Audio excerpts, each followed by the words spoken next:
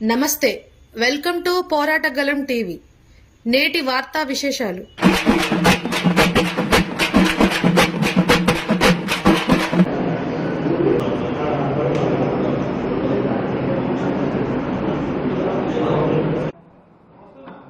నా పేరు పుట్టలక్ష్మణ్, ఏఐఎస్ఎఫ్ రాష్ట్ర కార్యదర్శి. తెలంగాణలో నూతనంగా ఏర్పడిన కాంగ్రెస్ ప్రభుత్వం విద్యారంగ సమస్యలు పరిష్కరించడంలో వైఫల్యం చెందింది. దీనికి ప్రధానమైన కారణం రాష్ట్ర ముఖ్యమంత్రి రేవంత్ రెడ్డి గారు. రాష్ట్ర ముఖ్యమంత్రి రేవంత్ రెడ్డి దగ్గర విద్యాశాఖ ఉన్న కూడా ఈ రాష్ట్రంలో ఉన్నటువంటి విద్యారంగ సమస్యలు పరిష్కారం కావడం లేదంటే ఒకసారి అర్థం చేసుకోవచ్చు ఆయనకు ఉన్నటువంటి చిత్తశుద్ధి విద్యారంగం పైన. అంటే రాష్ట్రంలో ఒక పక్క ప్రైవేట్ కార్పొరేట్ విద్యా సంస్థలు యథేచ్ఛగా ఫీజుల దోపిడీ చేస్తూ విద్యార్థులు పిట్టల రాలిపోతున్నా కనీసం స్పందించిన పరిస్థితి రేవంత్ రెడ్డిది. అంటే మీరు కొట్లాడి తెచ్చుకున్న తెలంగాణ రాష్ట్రంలో విద్యార్థుల భవిష్యత్తు బంగారు భవిష్యత్తు ఉందని చెప్పేసి ఆనాడు ఆశించి తెలంగాణ ఉద్యమంలో మనం కీలక పాత్ర పోషించి తెలంగాణ రాష్ట్రం సాధించుకున్న తెలంగాణ రాష్ట్రంలో గత 10 సంవత్సరాలుగా బీఆర్ఎస్ ప్రభుత్వం విద్యారంగాన్ని పట్టించుకోలేదు. మేము అధికారంలోకి వస్తే విద్యారంగం పూర్తిగా ప్రక్షాళన చేస్తాం, ప్రభుత్వ విద్యారంగాన్ని బలోపేతం చేస్తాం, కార్పొరేట్ విద్యా సంస్థల ఫీజుల నియంత్రణ చట్టాన్ని చేస్తామని చెప్పేసి ఆనాడు పీసీసీ యోధులైనటువంటి రేవంత్ రెడ్డి గారు మీరు చెప్పిన మాటలు నేడు అధికారంలో ఉండి మీరే ముఖ్యమంత్రిగా కొనసాగుతూ మీరు చెప్పిన మాటలకు ఎందుకు మీరు ఆ మాట కట్టుబడి పనిచేస్తారని చెప్పి ప్రశ్నిస్తా ఉన్నాం. నిజంగా మీకు ఈ రాష్ట్రంలో ఉన్నటువంటి పేద బడుగు బలహీన వర్గాలు చెందిన విద్యార్థులపై చిత్తశుద్ధి ఉంటే తక్షణమే ప్రభుత్వ విద్యారంగాన్ని బలోపేతం చేయండి. దాంతోపాటు ప్రైవేట్ కార్పొరేట్ విద్యా సంస్థలు చేస్తున్న ఫీజుల దోపిడీని అరికట్ట వేయండి, ఫీజుల నియంత్రణ చట్టాన్ని అమలు చేయండి, కార్పొరేట్ విద్యా సంస్థలు ఆత్మహత్యలు చేసుకుంటున్నటువంటి కళాశాలల గుర్తింపు రద్దు చేసి ఆ కార్యక్రమాలను కఠినంగా శిక్షించే విధంగా మీరు ఆదేశాలు ఇవ్వండి. దాంతోపాటు పెండింగ్లో ఉన్నటువంటి స్కాలర్షిప్స్ రియంబర్స్మెంట్ నిధులు విడుదల చేయండి. ఇప్పటికే దాదాపు 4 సంవత్సరాలుగా విద్యార్థుల సమస్య తమకు ఆ కళాశాలలో కోర్సులు పూర్తయితే కూడా కళాశాల యాజమాన్యాలు సర్టిఫికెట్లు ఇవ్వకపోవడంతో వాళ్ళు పై చదువులు వెళ్ళలేక అదేవిధంగా ఉద్యోగాలు చేసుకోలేక అనేక ఇబ్బందులు ఎదుర్కొంటున్నారు.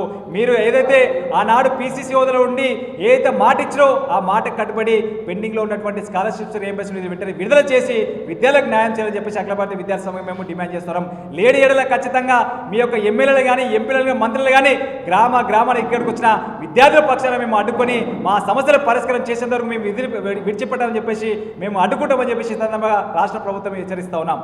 ఇటీవల కాలంలో జమ్మూ కాశ్మీర్ పహల్గాంలో పర్యాటకులపై జరిగిన దాడిని ఏఐఎస్ఎఫ్ పక్షాన తీవ్రంగా ఖండిస్తూ మోదీ ప్రభుత్వం అదేవిధంగా కాశ్మీర్ ప్రభుత్వం కేంద్ర రాష్ట్ర ప్రభుత్వాలు రెండు కలిపి ఉగ్రవాదాన్ని అంతమొందించేందుకు ఇదే చివరి దాడిగా భవిష్యత్తులో పాకిస్తాన్ నుంచి ఎలాంటి చొరబాట్లు భారతదేశంలో జరగకుండా మీరు ఎలాంటి చర్యలు తీసుకున్నా దేశం అంతా కూడా మీ వెనుక ఉంటుందని తెలియజేస్తూ ఉగ్రవాదాన్ని అంతమొందించేందుకు కూడా ఈ దేశంలో ప్రతి రాష్ట్రంలో ఉన్నటువంటి విద్యార్థి యువత భగత్ సింగ్ స్ఫూర్తిలాగా పోరాడాలని చెప్పి తెలియజేస్తా ఉన్నాం.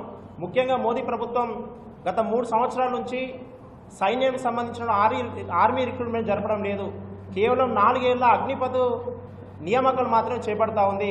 దీనివల్ల సైన్యానికి సంబంధించినటువంటి భవిష్యత్ రిక్రూట్మెంట్ అనేటువంటిది కొద్దిగా వెనక్కిపోయే అవకాశం ఉంది. కాబట్టి పూర్తి స్థాయి ఆర్మీ రిక్రూట్మెంట్ అనేటువంటి ప్రభుత్వం చేయాలి, అగ్నిపథ్ పథకాన్ని తీసివేయాలని చెప్పి ఏఐఎస్ఎఫ్ డిమాండ్ చేస్తూ రాష్ట్ర ప్రభుత్వం తెలంగాణలో కాంగ్రెస్ పార్టీ అధికారంలోకి వచ్చి 15 నెలలుగా అవస్థ ఉంది. రాష్ట్రంలో ముఖ్యమంత్రిగా రేవంత్ రెడ్డి గారు ఉన్నారు. రేవంత్ రెడ్డి గారి వద్ద విద్యాశాఖ ఉంది.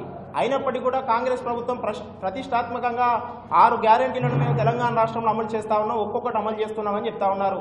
కానీ అందులో ప్రధానమైనటువంటి హామీ ఇలా విద్యార్థులకు సంబంధించినటువంటి 5 లక్షల విద్యా భరోసా కార్డు 15 నెలలని ఎందుకు అమలు చేయడం లేదు?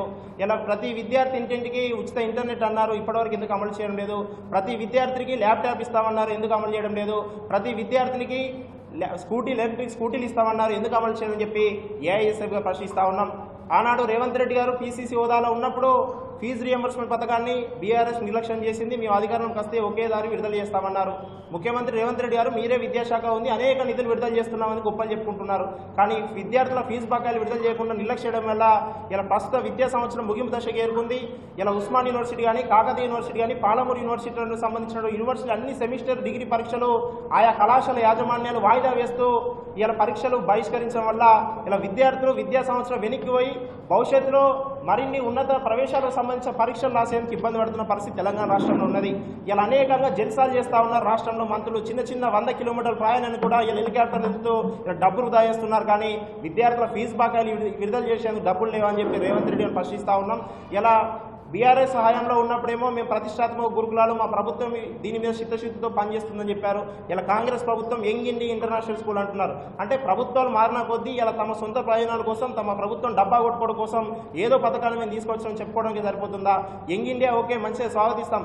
ఒక యంగ్ ఇండియా పాఠశాలలో ఇలా రాష్ట్ర వ్యాప్తంగా 55 నియోజకవర్గాల్లో ఇలా ఒక పాఠశాల ప్రతిష్టాత్మకంగా పెడుతున్నామన్నారు. ఒక్కో పాఠశాలలో 5,000 మందితో విద్యా వసతులు మీరు ఏర్పాటు చేస్తే ఆ యొక్క పాఠశాలలో ఇలా ఆహారం నాణ్యతంగా అందుతుందా? 100, 120, 150 మంది ఉన్నటువంటి సంక్షేమ హాస్టల్లో ప్రభుత్వ పాఠశాలలో ఇలా మౌలిక వసతులు లేక ఇలా ఫుడ్ పాయిజన్ వల్ల విద్యార్థులు చాలా ఇబ్బంది పడుతున్నారు. 5,000 మంది విద్యార్థులను ఒక చోట పెడితే మీరు ఏ విధంగా మౌలిక సదుపాయాలు కల్పిస్తారు? ఇలా యంగ్ ఇండియా పాఠశాలలో విద్యా బోధనకు ఇలా టీచర్ల భర్తీ ఏ విధంగా చేస్తారు? అంటే ఇక్కడ ఉన్నటువంటి ఇప్పుడున్నటువంటి గురుకులాలు మోడల్ స్కూళ్ళు కేజీపీలు మూసేసి అన్ని ఒకటే కాడ కల్పిస్తారా, లేకపోతే ఇక్కడ ఉన్నటువంటి టీచర్లు తీసుకుపోయి అందులో చేస్తారా అనేటువంటి విషయాన్ని ప్రభుత్వం స్పష్టం చేయాల్సిన అవసరం ఉన్నది. రేవంత్ రెడ్డి గారు మీరు విద్యాశాఖ పెట్టుకొని తెలంగాణ రాష్ట్రంలో విద్యారంగ నిపుణుల చేత కానీ విద్యాసంఘ నాయకుల చేత కానీ అనేక మంది మేధావులకు అపాయింట్మెంట్లు ఇస్తూ విద్యారంగ అభివృద్ధికి మీరు సలహాలు సూచనలు తీసుకోకుండా ఇలా ఉంటేదు పోకలతో తెలంగాణ రాష్ట్రంలో విద్యారంగాన్ని మీరు నడపదలుచుకోవడం సాధ్యం కాదు. మేము ఏఐఎస్ఎఫ్గా డిమాండ్ చేస్తుంది ఏంటంటే మంత్రివర్గ విస్తరణ జరుగుతున్నైనా కనీసం తెలంగాణ రాష్ట్రంలో విద్యాశాఖకు ఒక ప్రత్యేకమైన మంత్రిని కేటాయించాల్సిన అవసరం ఉన్నది. ఎందుకంటే విద్య ప్రాథమిక హక్కు కాబట్టి ముఖ్యమంత్రిగా మిమ్మల్ని కలవడం చాలా ఇబ్బంది. మళ్ళీ విద్యాశాఖకు సంబంధించి అనేక సమస్యలు ఉన్నాయి కాబట్టి మిమ్మల్ని కలవలే అపాయింట్మెంట్ కూడా ఇవ్వలేకపోతున్నారు. కాబట్టి విద్యాశాఖకు ప్రత్యేకమైన మంత్రిని కేటాయించి తెలంగాణ రాష్ట్రంలో ఏ హామీ అయితే నెరవేరుస్తామన్నారో విద్యార్థికి ఏ విధమైన హామీలు ఇచ్చారో అన్ని హామీల అమలుకు రేవంత్ రెడ్డి ప్రభుత్వం కృషి చేయాల్సిన అవసరం ఉంది. అందులో భాగంగా తెలంగాణ రాష్ట్రంలో అన్ని ప్రభుత్వ యూనివర్సిటీలకు అధిక నిధులు కేటాయించి, ఎందుకంటే కేసీఆర్ ప్రభుత్వ యూనివర్సిటీ నిర్లక్ష్యం చేసింది అన్నాడు. మరి రేవంత్ రెడ్డి ఏం చేస్తుండే? ఒక్క యూనివర్సిటీ పోయి సందర్శించిన దాఖలాలు ఉన్నాయా? ప్రభుత్వ యూనివర్సిటీలకు నిధులు కేటాయించింది లేదు, ప్రభుత్వ యూనివర్సిటీ సందర్శించింది లేదు. ప్రభుత్వ యూనివర్సిటీలో ఖాళీల భర్తీ కూడా నోటిఫికేషన్లు మాత్రమే వేసిండు. ఇలా తెలంగాణ రాష్ట్రంలో నిరుద్యోగితకు సంబంధించి 4,016 నిరుద్యోగ వృత్తి ఇస్తామన్నాడు. 15 నెలల పాలన అయింది, ఇప్పటివరకు ఎంతమంది నిరుద్యోగితకు నిరుద్యోగ వృత్తి ఇచ్చారని చెప్పి రేవంత్ రెడ్డి అని ప్రశ్నిస్తా ఉన్నాం. వెంటనే రాష్ట్ర ప్రభుత్వం విద్యార్థి యువత సంక్షేమాన్ని కట్టుబడి ఉండాలి. లేని పక్షంలో ఏఐఎస్ఎఫ్ ఆధ్వర్యంలో తప్పకుండా భవిష్యత్తులో మిలిటెంట్ ఉద్యమాలు నిర్వహిస్తాం. తెలంగాణ రాష్ట్రంలో విద్యార్థి సంఘాలకు ఎన్నికలు నిర్వహించాలని డిమాండ్ కూడా ఏఐఎస్ఎఫ్ చేస్తా ఉందని తెలియజేస్తూ ఏఐఎస్ఎఫ్ అఖిల భారత విద్యార్థి ఫెడరేషన్ ఖమ్మం జిల్లా సమితి తరఫున ముందుగా మీ అందరికీ విప్లవ అభినందనలు తెలియజేస్తున్నాను. ప్రధానంగా నూతన జాతీయ విద్యా విధానం, ఈ నూతన జాతీయ విధానం పేరుతోని రాష్ట్రంలో ఉన్నటువంటి రాష్ట్రాలకు ఉన్నటువంటి స్వయం ప్రతిపత్తిని కూడా ఇవాళ కేంద్ర ప్రభుత్వం దెబ్బతీస్తున్నటువంటి పరిస్థితి రాష్ట్రంలో ఉన్నది.